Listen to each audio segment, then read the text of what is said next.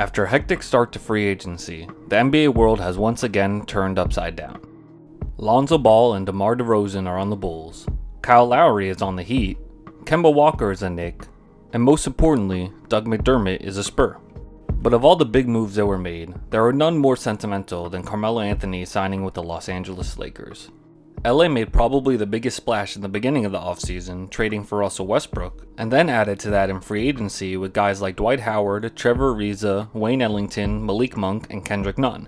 Yes, they might have accidentally assembled an AARP eligible squad and a team that will be worse on the defensive end, but they also did the impossible.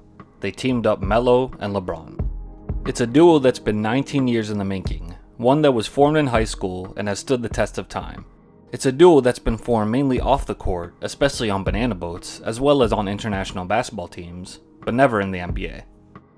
To make full sense of why Melo and Bron finally playing together is such an emotional experience, we have to flash back to 2002, when the superstars' friendship first blossomed.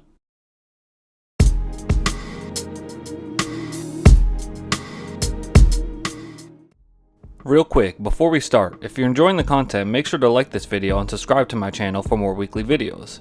We just reached the 1,000 sub mark, which I'm so grateful for, so make sure to hit that red button and click on the bell to turn on notifications. And while you're here, feel free to check out my video on Giannis Antetokounmpo and his unlikely rise to stardom by clicking the link above. And without further ado, let's get started. In February 2002, two young high school stars were facing off in possibly the most anticipated youth basketball game of all time. In one corner, you had the junior, LeBron James, an Ohio native leading his hometown team, St. Vincent St. Mary's. James was considered by many to be the greatest high school basketball player ever, with Sports Illustrated calling him the chosen one before his 18th birthday. No pressure at all, kid. On the other side, there was a senior, Brooklyn-born Carmelo Anthony, who led the high school powerhouse Oak Hill Academy in his only year there as a transfer. Melo was a 5-star recruit himself and was seen as LeBron's biggest rival for top dog in high school. The game was nationally televised on ESPN, with more than 11,000 people there to witness the best junior and best senior square off. The hype paid off as both players balled out that night. LeBron dropped 36 points, 8 boards, and 5 assists, while Melo scored 34 points with 11 rebounds. Oak Hill ended up winning the game, but the real winners were Anthony and James, who established themselves as bona fide high school stars and future NBA lottery prospects. As the two top prospects in the nation, they quickly formed a bond that has lasted to this day. It all started on some hotel steps in New Jersey the night before their highly anticipated game, when they met up for the first time and talked to each other for hours. Both young men were looking to find a companion in the cutthroat basketball world. They found each other at the perfect time, two ascending talents that would soon share the same stage in the NBA draft. The following year, after his senior season, LeBron chose to forego playing college hoops and decided instead to enter the draft. Melo, meanwhile, chose to go the one-and-done college route and saw immediate success, leading Syracuse to its only national championship in its history, while also sporting the coldest cornrows in basketball. So heading into the 2003 draft, the only question was who would go first overall. That part became clear when Cleveland lucked out in the draft lottery and got the first pick, something they became masters at in the 21st century. So the Cavaliers selected their prodigal son, in a twist of fate that saw the moribund franchise turn his fortunes around. But with the second pick in the draft, the Pistons opted to go with Serbian big man Darko Milicic. Darko ended up being one of the biggest draft busts in NBA history, while future Hall of Famers were still on the board. Nice going, Detroit. So with the third pick, the Denver Nuggets lucked into getting Anthony, the consensus second-ranked player who had just come off one of the best seasons in college basketball history. You gotta feel for Detroit, because just imagine how good those mid-2000s Piston teams could have been if they took Melo instead of Milicic. They probably would have won at least one more championship. Anywho, as rookies, both guys made an immediate impact. LeBron had the better individual season, averaging 21, 6, and 6 en route to winning Rookie of the Year. But Melo had just as good of a personal campaign, averaging 21, 6, and 3 and making all-rookie first team, but it was his team that made the playoffs. Although their personal rivalry started in that 2002 high school game, their rookie seasons really laid the groundwork for their professional rivalry. LeBron had won the individual awards, but Melo's team saw the playoffs first. It may seem blasphemous to think of now, but back then the debate of who was better between the two was very live and well. By the way, if you're one of those few people who actually still think Melo is better than Bron, first off, go to therapy, And then after that, let me know why you're so delusional in the comments below. Regardless of who was better between the two, the duo had dreams of one day teaming up in the NBA. They got a taste of what it would be like after their rookie season when they were both selected for the 2004 USA Olympic basketball team.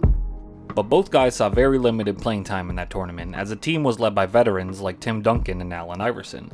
That USA team only won a bronze medal though, so maybe they should have used the rookies more heavily. By their third seasons in the league, the personal gap began to broaden between the pair. In his first playoff appearance, LeBron won his first series against the Wizards and took the dominant Pistons to 7 in the conference semis. Meanwhile, Melo had made his third straight playoffs but couldn't make it out of the first round, winning only 2 games and 3 postseason appearances. LeBron made his first All-NBA team while Melo only made All-NBA third team. Nonetheless, the two were both young superstars and they still hoped that one day they'd be able to team up and win together. But as the years went on and the two began to switch teams, it seemed more and more unlikely that we'd ever see the friends on the same team. In 2010, LeBron did team up with 2 other 2003 draftees, but that ended up being Dwayne Wade and Chris Bosh. Carmelo was still under contract with the Nuggets until 2011 and therefore wasn't a free agent.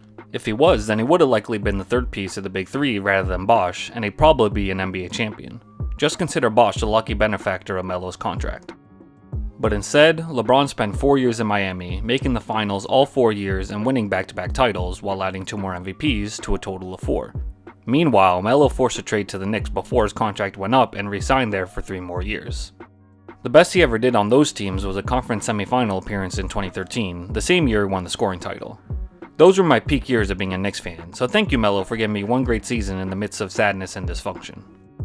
While Anthony was individually great as a scorer, his teams in New York never really amounted to much. It was partly because of the gutted roster left in the wake of the trade to get him, and also in part due to his playing style. As a volume shooter who wasn't an elite defender, there was only so much he could do to affect the game. Melo didn't have the same two-way traits that LeBron had, so he had to rely on his teammates to help him win rather than the other way. In 2014, Melo and LeBron were both free agents at the same time for the first time in their careers. So there was a renewed hope that the Banana Boat Buddies would finally team up either in Miami or Cleveland. But while LeBron decided to take his talents back to Akron, Carmelo chose to sign the max and stay with the Knicks until 2018. That decision was essentially the nail in the coffin of the hopes of him winning a championship in his prime.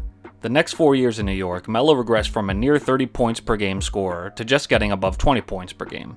By the end, the Knicks and Melo became disillusioned with each other, and after Anthony requested a trade, New York sent him to the Thunder in the 2017 offseason.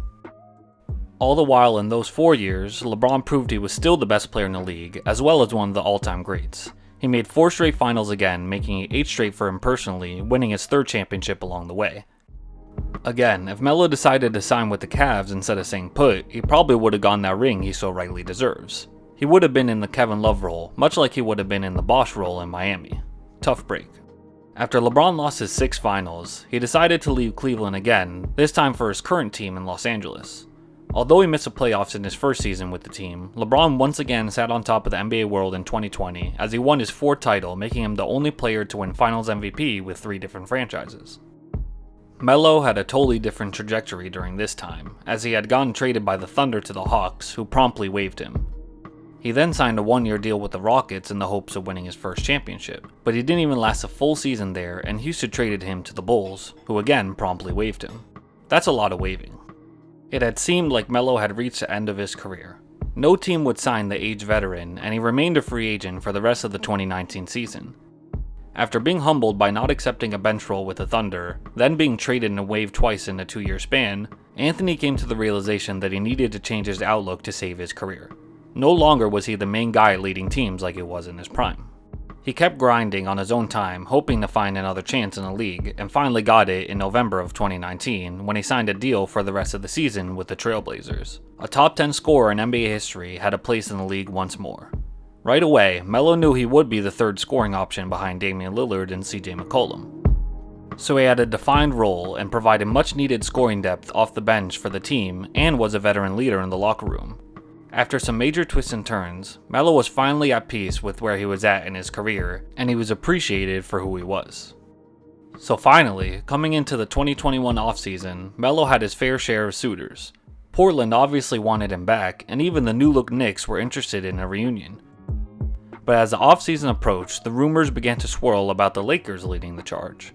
Although it came at a point where both Carmelo and LeBron were past their peak playing days, the possibility of the duo finally uniting was too amazing to handle. And then, on the first day of free agency, it finally happened. LeBron and Melo together at last. The odd man out of the 2003 draft class team-up with the Heat, and arguably the best player of his generation without a ring, Melo finally gets his chance. And he'll get a shot at joining an exclusive list of players who have won a college and NBA championship. That would be the one thing he could truly hold over Bron, which now that I'm thinking about it would make those delusional Melo fanboys go crazy. Oh well, it's worth it to see Melo win the ring. As sentimental as seeing Melo and Bron teaming up will make me, a championship is far from guaranteed. Even if they're fully healthy, the Lakers have a bunch of pieces who are playing together for the first time, James and Anthony included. The West is full of great teams like the Suns and Clippers, who will surely have their say. And in the East, the title favorite Nets are looming, as well as the defending champion Bucks. All in all, it will be far from a cakewalk for the Lake Show. But I am not betting against a LeBron James-led team, especially with one of his closest friends on it. We saw what happened when James and Wade teamed up. The chemistry was unreal and they won 2 chips. Although the overall play between the two might not be at the level it could have been had they teamed up in 2010 or 2014, the synergy will definitely be there. And you know they want to win a title together for both of their legacies. Even if they don't, it will be a lifelong dream fulfilled for NBA fans to see 2 all-time players and friends play together. And if they do win, I'm sure many tears will be shed, including by me no doubt. After all, this is a partnership that's nearly 20 years in the making.